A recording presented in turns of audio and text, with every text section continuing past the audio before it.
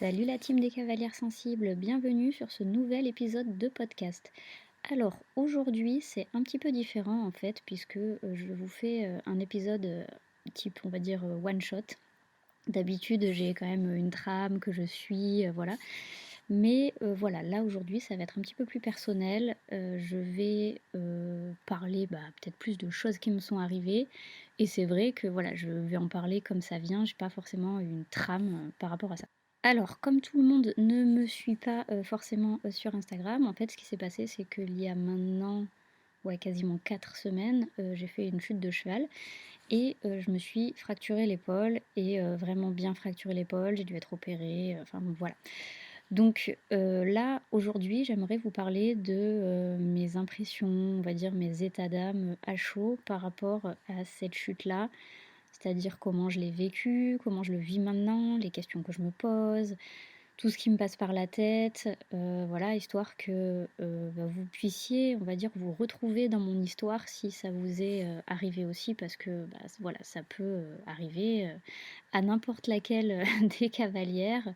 Ça peut arriver qu'on soit, débutante comme experte, comme, en l'occurrence professionnelle. Alors je vous dis mes impressions à chaud, pour être honnête, c'est plutôt mes impressions, on va dire, à tiède puisque comme je vous l'ai dit, ça fait bientôt, 4 semaines. Concrètement à chaud, c'est-à-dire juste après la chute, je pense que ça aurait pas eu un grand intérêt que je vous enregistre un podcast vu que mon cerveau était sous morphine. Donc donc je me dis que à tiède déjà ça sera pas mal et sera surtout un petit peu plus lucide sur ce que je raconte. Donc on va, voilà, déjà faire une rétrospective en gros de ce qui est arrivé, c'est-à-dire que, histoire de remettre les choses en place, c'était pas une chute, avec, un cheval, fou, qui m'a emplâtrée par terre, pas du tout. C'était une très gentille jument que j'ai au travail et on n'était même pas en train de sauter pour le coup, c'était sur du plat. La séance s'était très bien passée et voilà, il s'avère que la jument a trébuché en fin de séance sur du travail au galop, mais du travail au galop qui était très calme. Elle a trébuché, elle est tombée, moi j'étais déjà très, très déstabilisée et il s'avère qu'en fait, en essayant de se relever comme elle a pu, elle s'est fait peur et là, bon, elle s'est démanchée et c'est là que vraiment je suis tombée. Donc je suis tombée sur le côté droit et j'ai tapé, l'épaule et la tête. Heureusement j'avais le casque d'ailleurs pour la tête et bon, j'ai tout de suite, senti qu'il y avait, un problème, après je savais pas, je suis pas encore, au point de m'auto-scanner, donc je savais pas si c'était, la clavicule, si c'était l'épaule, si c'était, une fracture ou si c'était une luxation, mais je savais que fallait pas remonter. Enfin, de toute façon, j'aurais pas pu puisque je pouvais clairement plus du tout utiliser mon bras. Donc voilà pour le comment ça s'est passé, sachant que bon voilà, évidemment, j'ai été prise en charge par les pompiers. Après je suis arrivée à l'hôpital, on m'a opérée, enfin bon, il s'avère que voilà, on a dû me mettre des vis et broches puisque c'était quand même une fracture déplacée et que je suis restée quand même pas mal de jours, à la clinique. Donc ça, c'est vraiment ce qui s'est passé et moi, ce qui m'intéresse là, vraiment aujourd'hui, c'est de vous parler, en fait, de l'après, de ce qui se passe, on va dire, dans ma tête. Déjà, forcément, la première question qu'on se pose quand ça arrive, ou enfin, en tout cas moi que je me pose, là, quand ça arrive, que j'ai une chute et là, quand c'est arrivé, c'est qu'est-ce que j'aurais pu faire pour l'éviter et sincèrement, pour le coup, enfin, dans ce cas-là, je ne vois pas comment j'aurais pu éviter cette chute, à part peut-être un dernier instinct de survie, me raccrocher à un bout de crinière pardon, pour m'éclater moins fort au sol. Mais voilà, je ne faisais pas, un exercice dangereux, je ne montais pas une jument qui n'était, ni apte mentalement ni physiquement à être montée. Certes, j'aurais pu avoir un gilet airbag, même si c'est vrai que c'est pas bien, mais je pourrais le porter tout le temps, même sur le plat. Je ne le portais pas, mais sincèrement, vu la zone qui a été fracturée, je vois pas trop ce que ça aurait changé. Mais bon, c'est vrai que voilà, effectivement, ça aurait pu être un plus. Après, vraiment, par rapport à mon état d'esprit juste avant cette chute-là, c'est vrai que ça faisait 2 jours que je disais, que j'étais très fatiguée. D'ailleurs, celles qui m'ont sur Insta, le savent, j'avais annulé un épisode de podcast justement, puisque normalement ça aurait pas dû être celui-là, ça aurait dû être un autre épisode il y a 4 semaines du coup. Heu, J'étais vraiment très, très fatiguée et ce jour-là, j'avais dit d'ailleurs à une de mes cavalières que j'avais eue le matin que j'étais extrêmement fatiguée et que j'étais pressée d'avoir mes 15 jours de vacances puisque j'étais censée être en vacances, le soir même, si je ne dis pas de bêtises, ou le lendemain. Enfin bon, bref, on était très, très près des vacances. Donc oui, effectivement, peut-être que le fait d'être fatiguée n'a pas aidé, mais sincèrement, enfin, sur ce type de chute-là, sachant que la jument est tombée et qu'en tombant, elle m'a vraiment déstabilisée, je ne suis pas sûre que ça aurait énormément changé le résultat. À part, comme je dis, peut-être m'accrocher à la crinière dans un dernier instant de survie. Mais voilà, pas plus. Là, je vois pas comment j'aurais pu éviter cet accident. Alors, je sais pas vous, mais c'est vrai que moi, en général, sur le coup, avec le choc, enfin, en tout cas, quand on est vraiment, vraiment dans le dur, quoi, dans le moment présent, j'ai quand même vraiment gardé mon sang-froid, puisque il n'y avait personne sur la structure, on va dire, qui ne connaissait bien les chevaux, donc qui connaissait bien les chevaux, donc du coup, il a fallu que j'explique certaines choses pour désharnacher la jument, rentrer la jument, sur le fait d'appeler les pompiers, enfin bon bref, pas mal de choses on va dire, logistiques, pour lesquelles il fallait que je garde mon cerveau. Donc j'ai gardé quand même pas mal de sang-froid à ce moment-là. Je pense que toute ma lucidité est partie, à cet instant-là, puisque après c'est vrai que une fois arrivée à la clinique, je crois que je me rappelle pas très bien de tout ce qu'on m'a dit. Mais bon voilà, j'ai gardé vraiment ce sang-froid, à ce moment-là. Je me demande si je suis pas un petit peu, décousue dans ce que je raconte, donc j'espère que je ne suis pas en train de vous perdre. J'essaie de faire ça de manière à peu près chronologique. Et voilà, donc maintenant sur le fait que je puisse avoir peur ou pas, puisque je pense que c'est un petit peu la question qu'on se pose quand on chute. Je pense que voilà, c'est une question que vous vous êtes déjà posée plein de fois suite à des chutes. Donc par rapport à la peur, on va dire, de cette jument-là, ou le fait d'en avoir voulu à cette jument-là, parce que ça peut arriver, c'est pas grave d'en vouloir au cheval qui nous a fait tomber, ça peut être une réaction émotionnelle qui est ok. Et voilà, ça serait ok que ça arrive. Mais non, là en l'occurrence, j'en veux pas du tout à cette jument. En l'occurrence, c'est même d'ailleurs une jument que j'aime beaucoup. C'est petite parenthèse à sa propriétaire qui sera quand même contente que je dise ça. Et non, je ne lui en veux pas et je n'ai pas peur encore à l'heure actuelle maintenant de cette jument-là. Après, si on parle de la peur de tomber, voilà, quand je me remettrai à cheval, pour l'instant, en tout cas, je ne la ressens pas. Je ne ressens pas la peur, en tout cas, de remonter à cheval.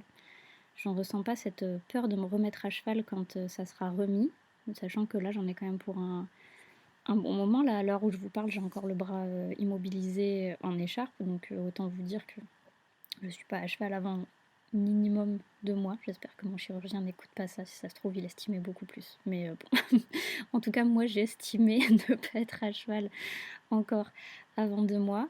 Mais voilà, je suis plus, on va dire, dans le manque de monter à cheval que dans la peur de remonter à cheval pour l'instant. Par contre, voilà, ça ne veut pas dire que rien ne me travaille. Au contraire, j'ai plein de choses qui me passent par la tête, sachant que voilà, ceux qui me connaissent savent que j'ai l'anxiété assez facile. Et pour le coup, même si je n'ai pas peur de me remettre à cheval, j'ai des appréhensions par rapport évidemment au fait de retomber sur cette fracture-là. Donc je n'ai pas peur de tomber, mais vraiment de retomber sur ça. Et en fait, ce qui me pose souci, c'est que j'en avais déjà parlé à un moment sur les réseaux sociaux, c'est que pour une raison qui m'est totalement inconnue, je tombe toujours sur mon côté droit. C'est-à-dire que je tombe à gauche du cheval, en face du cheval, à droite du cheval. Je tombe toujours sur mon côté droit. Et en l'occurrence, c'est quand même la troisième fois que je me fracture le bras droit. Donc j'avais déjà fracturé le coude, bon, il y a très longtemps maintenant.